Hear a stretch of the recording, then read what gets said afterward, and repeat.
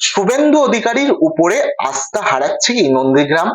আর শুভেন্দু অধিকারীর উপরে আস্থা হারানোর ফলে পূর্ব মেদিনীপুরের বিজেপির পায়ের তলার মাটি কি ক্রমশ সরে যাচ্ছে?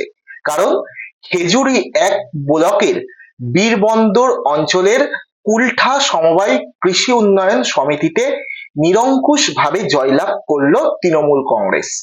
টান টান উত্তেজনার মধ্যে বীরবন্দর অঞ্চলের কুলঠা সমবায় কৃষি উন্নয়ন সমিতিতে 12টি আসনের সবকটিতেই জয়লাভ করে তৃণমূল কংগ্রেসের মনোনীত প্রার্থীরা। এই সমবায় ভোট নিয়ে উত্তেজনা ছিল চরমে, তাই বিশাল সংখ্যক পুলিশ বাহিনী মোতায়েন করা হয়। ভোট গণনার শেষে দেখা যায় তৃণমূল কংগ্রেস মনোনীত 12 জন প্রার্থী জয়লাভ করেছে।